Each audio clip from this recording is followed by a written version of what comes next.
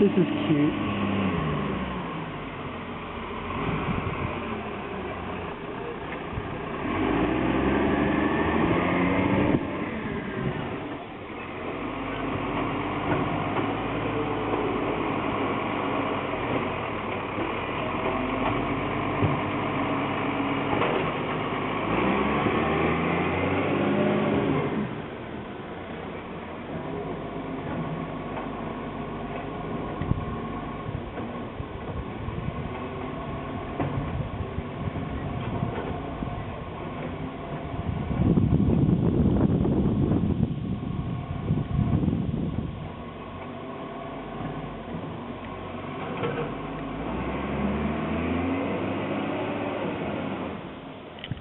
That's what my dad and I used to do when I was little, except the